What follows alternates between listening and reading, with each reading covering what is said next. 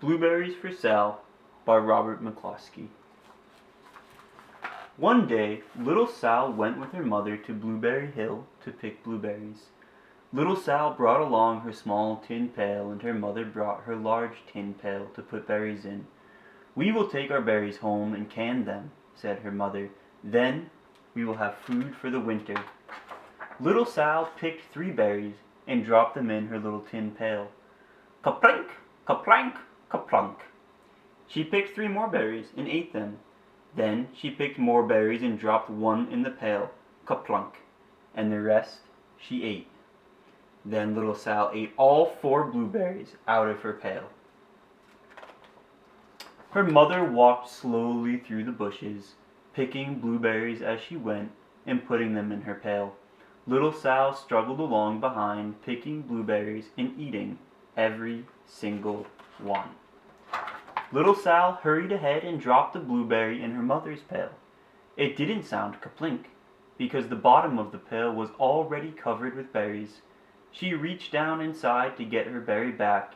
Though she really didn't mean to, she pulled out a large handful because there were so many blueberries right up close to the one she had put in.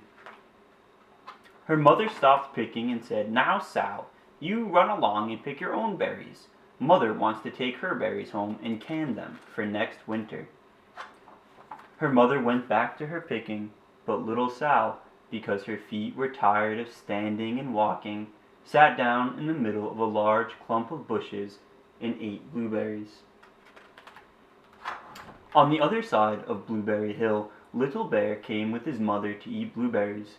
"Little Bear," she said, "eat lots of berries and grow big and fat. We must store up food for the long, cold winter." Little Bear followed behind his mother as she walked slowly through the bushes eating berries. Little Bear stopped now and then to eat berries. Then he had to hustle along to catch up.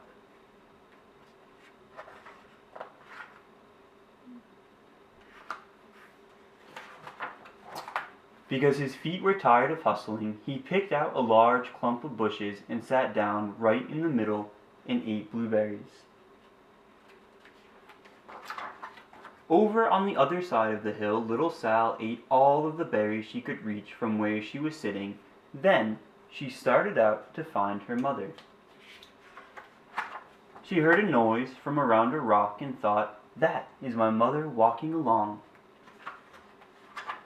But it was a mother crow and her children, and they stopped eating berries and flew away, saying, "Caw, caw, caw." Then she heard another noise in the bushes and thought, "That is surely my mother, and I will go that way." But it was Little Bear's mother instead. She was trampling along, eating berries, and thinking about storing up food for the winter. Little Sal tramped right along behind.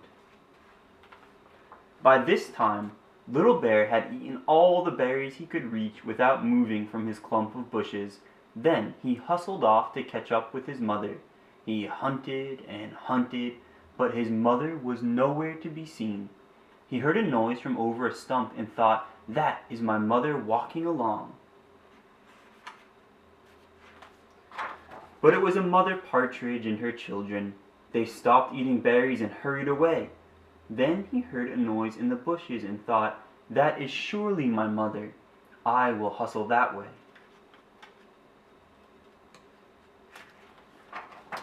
But it was little Sal's mother instead.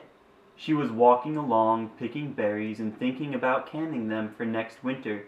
Little Bear hustled right along behind.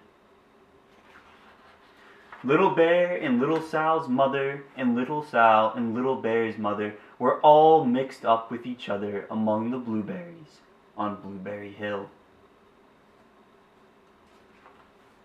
Little Bear's mother heard Sal walking along behind and thought it was Little Bear, and she said, "Little Bear, munch, munch, eat all you gulp can possibly hold, swallow."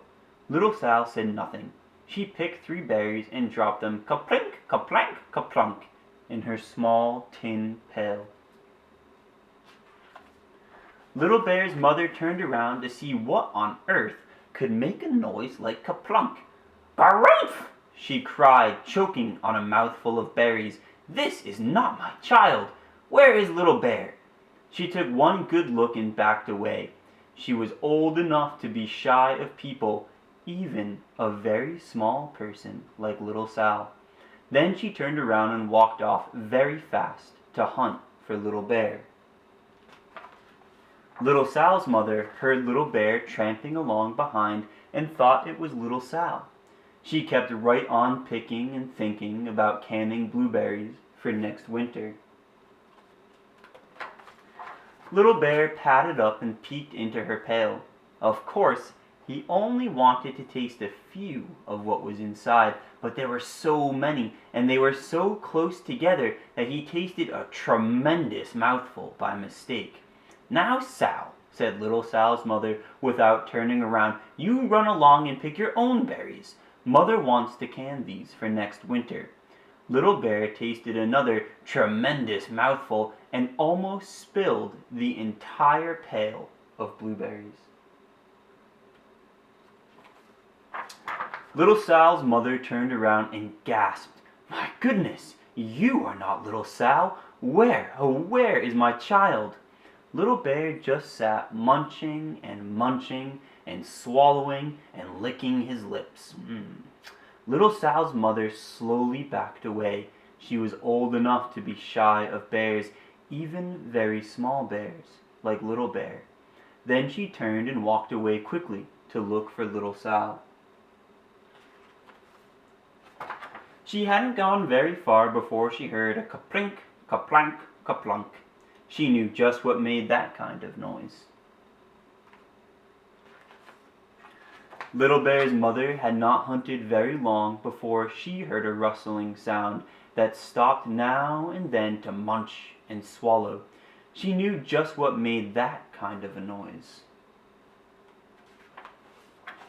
Little Bear and his mother went home down one side of Blueberry Hill, eating blueberries all the way and full of food stored up for next winter.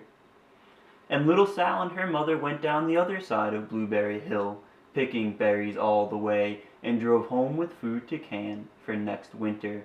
A whole pail of blueberries, and 3 more besides. Little